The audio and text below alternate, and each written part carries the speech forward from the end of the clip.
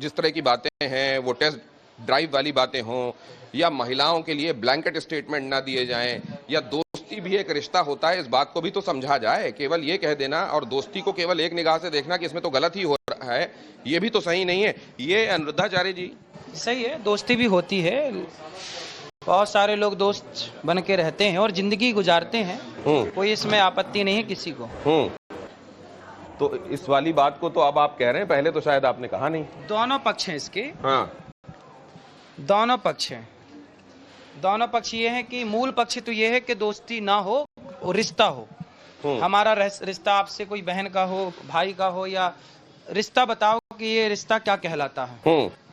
अच्छा, हाँ, आइए आइए। हाँ। दोस्ती तो ठीक है, हाँ। पर वो दिल लगी ने दी हवा और थोड़ा सा धुआं उठा फिर कहाँ धुआं न उठ जाए। हाँ। तो इसके लिए हाँ। सावधान रहने की जरूरत है और एक रिश्ता स्थापित करने की जरूरत है। और वो जो है कि सीधा कह दो ना, द्रौपदी ने क्या बोला कि कृष्ण मेरे भाई हैं। हाँ। भाई द्रौपदी और कृष्ण की दोस्ती थी या भाई बहन का रिश्ता था? हाँ। तो जैसे आप दोस्त कह रहे हैं वैसे आप भाई बहन के रिश्ते में भी तो सारी जिंदगी गुजार सकते हैं। तो वो गोपियां जो भगवान कृष्ण में अपना सब कुछ देखकर, प्रियतम देखकर, सब कुछ देखकर, और उनमें विवाहिताएं भी थी जो जिनका विवाह अन्यत्र हुआ था, वो भी तो थी। तो वो तो कह रही है ना कि पतिम में कुरुते नमः। उन्होंने तो स्पष्ट कर दिया कि ये मेरे पति हैं, कृष्ण को। हाँ। तो वहां तो मीराबाई ने क्लियर कर दिया कि कृष्ण मेरे पति हैं। ऐसे वर को क्या वरूं, हाँ। जो जन्मे और मर जाए, बरिये वर गोपाल को मेरे चुन रो अमर कर जाए। हाँ। तो जहां क्लियर है वहां कोई डाउट नहीं है। तो ये आप कह रहे हैं कि ये उन लोगों को क्लियर ही नहीं है कि उनका रिश्ता क्या है एक्चुअली। हाँ, इसलिए क्लियर करना चाहिए। सब माताएं हैं।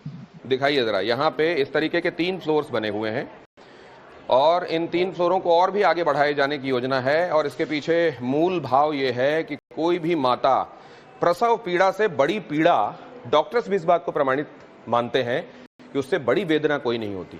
उस वेदना को सहकर जिन्होंने जन्म दिया, उनके अपनी औलादों ने, अपनी संतानों ने उस दर्द का मोल नहीं समझा और माताओं को भटकने के लिए छोड़ दिया। ऐसी माताएं यहाँ पर आसरा पाती हैं और इसीलिए आप देखते हैं कि अनिरुद्धाचार्य जी आते हैं तो उनके लिए हाथ भी जुड़े होते हैं, और वो आते हैं तो माताएं उनको गले लगाकर अश्रुधारा से परिपूर्ण भी हो जाती हैं। ये यहाँ देखने को मिलता है।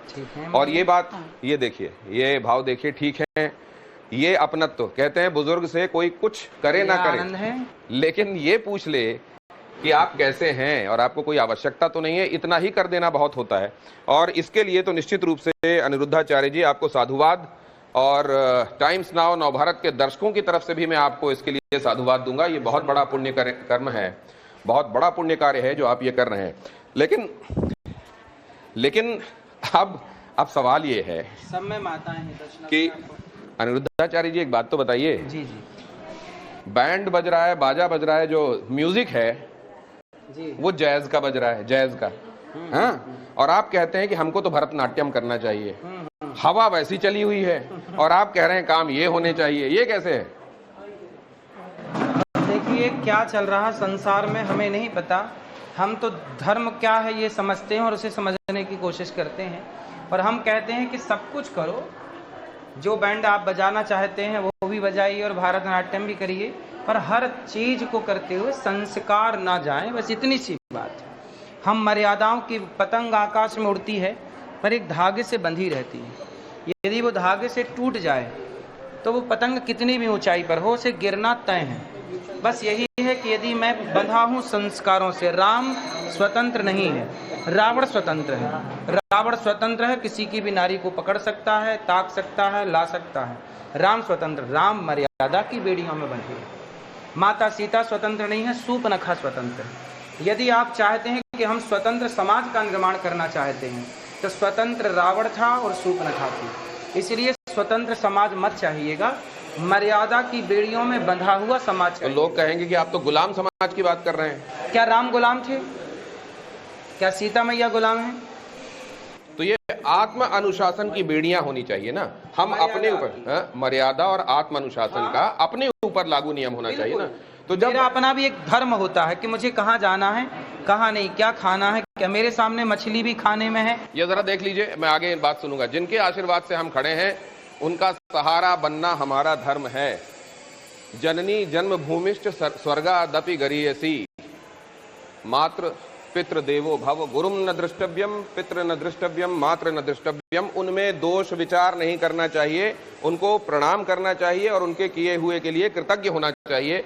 इस भाव को पालने और फैलाने में जो लगे हुए हैं उनमें से एक अनिरुद्धाचार्य जी। हाँ, आप कह रहे थे कि ये बेड़ियां जो हैं, ये बेड़ियां कौन, आप कह रहे हैं बेड़ियां, अगर बेड़ियां हैं तो फिर कौन, क्या गुलाम नहीं है आदमी?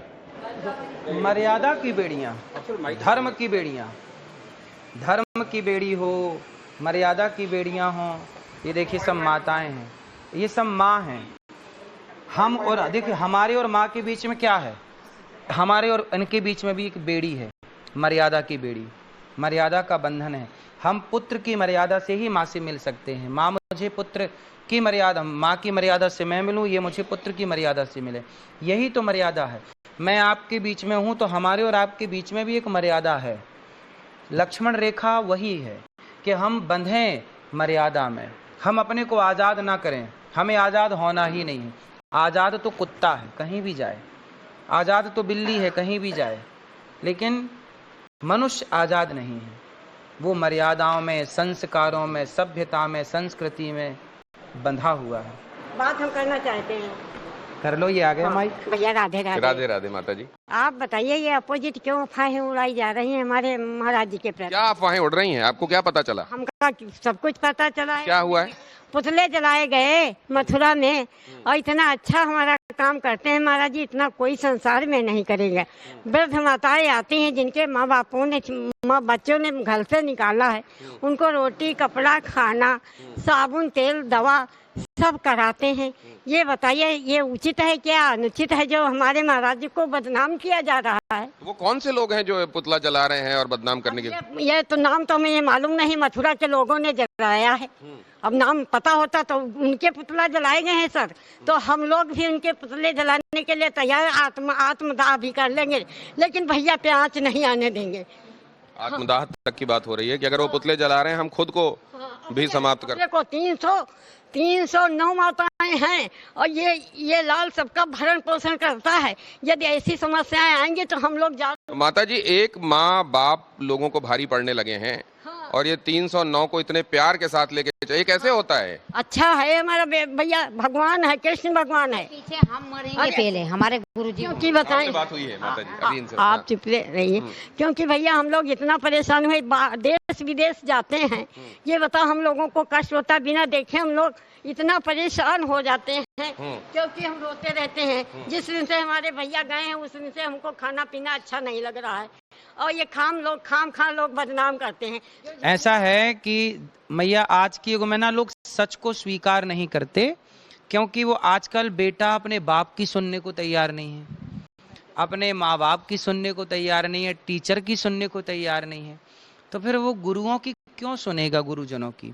लेकिन फिर भी हम लोगों का धर्म है कि हम लोग समाज के लिए अच्छी बातें करते रहें, आप सुने या ना सुने, जो सही है। माँ बाप डांटते रहते हैं बच्चों को, बच्चे सुने या ना सुने। लेकिन महाराज जी, जैसे कोई उद्दंड है, मान लीजिए बालक घर में, वो जरा से में रिएक्ट करता है, मेरे को मत बताया करो करने लगता है वो, तो उसको थोड़ा आप प्यार से समझाते हैं, उसको टैकल उस तरह से करते हैं। तो क्या इस बार जो आपने रिएक्शन देखा है समाज का, उसके बाद आप कुछ पुचकार के समझाएंगे या आप ऐसे ही? ना वो तो समझाते हैं, वो सबसे माफी नहीं मांगेंगे क्योंकि इनकी गलती नहीं है। इसमें हम नहीं तैयार हैं, बिल्कुल नहीं तैयार, जो होगा हम झेलने के लिए तैयार हैं। हम महाराज जी के प्यार नहीं आने देंगे भैया। धन्यवाद। कुछ झुकने को नहीं। प्यार से समझाता हूँ, मैं हंस के भी समझाता हूँ, सब तरह से मैं मजाक करके भी समझाता हूँ, हंस के भी समझाता हूँ, ठीक बात करके भी समझाता हूँ, पर समाज को समझ में सब तरह से आ जाता है, जैसे आए समझ में। कहते हैं ना कि जो जिस भाषा में समझेगा उस भाषा में समझेगा। ये मेरे बेटे हैं। हाँ जी, जैसे ये बेटा तैसे माँ होती है, माँ होती है। और ये है कि मेरी समस्या का समाधान किया जाए और मेरे महाराज जी के पे आँच नहीं आनी। अरे तो ये आपका जो संदेश है, इसीलिए तो मैं इस पे लेने आया हूँ कि आप क्या भाव रखते हैं। मीडिया पे आप डाल दीजिए और धन्यवाद आपको, लेकिन कुछ नहीं होना चाहिए। तो ये हमारे प्राणों से प्यारा है और ये एक संदेश है जो बाहर की दुनिया के लिए ये माताएं देना चाहती हैं। अब आइए चलते हैं जरा नीचे किचन की तरफ, जिसके बारे में ये दावा है कि वो देश की 5वीं सबसे बड़ी किचन है।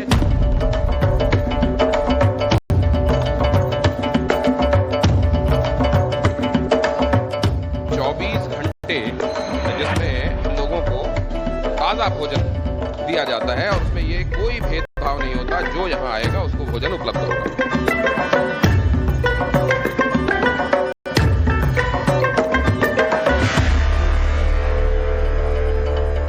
और यहाँ पर ये जो किचन है 24 घंटे यहाँ पर भोजन उपलब्ध होता है और सबको ये भोजन बगैर ये देखे कि कौन आ रहा है, और ये सामने किचन में यहाँ किसी तरह के दरवाजे नहीं हैं और ये भोजन सबको दिया जाता है। महाराज जी, ये कब से हो रहा है, कब से कर रहे हैं आप? ये लगभग 6 वर्ष से अखंड रसोई चल रही है। अच्छा। 30,000 लोग पर डे। अभी आप देखिए, समय देखिए, और पीछे दरवाजा ही नहीं है। कोई भी आओ, रात के 12 बजे आओ या दिन के 12 बजे आओ, सबके लिए दाल चावल सब्जी रोटी सबके लिए उपलब्ध है। ये मानव जाति की सबसे बड़ी सेवा है। पूरे भारतवर्ष की ऐसी रसोई है जहां 24 घंटे भरपेट भोजन मिलता है। पहली ऐसी रसोई जो 24 घंटे चलती है और 30,000 लोग पर डे भोजन करते हैं लगभग। तो ये तो लगातार रसोई चलाना, मतलब फिर इसमें बड़ी शिफ्टों में लोग काम कर रहे होंगे। कम से कम 100 हलवाइयों की टीम है, 2 शिफ्टों में काम चलता है। 100 हलवाइयों की टीम, रोटी बनाने की मशीन है जहां 1 घंटे में 4,000 रोटियां बनती हैं। तो जब आप किसी भी इंसान का दिल नहीं दुखाते, जो बेसहारा हैं उनको सहारा देते हैं और जो भूखे हैं उनको भोजन देने की आपका प्रयास है, वैसे में आप ऐसी बातें क्यों कह देते हैं जिससे किसी के दिल को ठेस पहुंचे? दिल को ठेस पहुंचाना उद्देश्य नहीं है। समाज की कुरीतियों को समाप्त करना और सनातन का झंडा गाड़ना, यही है। सनातन संस्कृति कहीं विलुप्त ना हो जाए, क्योंकि आज के जो युवा भटक गए हैं उन्हें सनातन का बोध कराना जरूरी है। तो ये उधर भगवत कथा का वाचन भी करना, वृद्ध माताओं की सेवा करना, और अभी तो गाय माता के पास जाना बाकी है, लोगों के लिए ये व्यवस्था करना, और साथ में उधर से जो बवंडर उठ रहा है उसके जवाब भी देना, जैसे अब हमसे आप बात कर रहे हैं। बिल्कुल। तो 24 घंटे को 48 घंटे का बनाते हैं क्या आप? ठीक है, समाज की सेवा जितनी हो जाए उतना अच्छा है।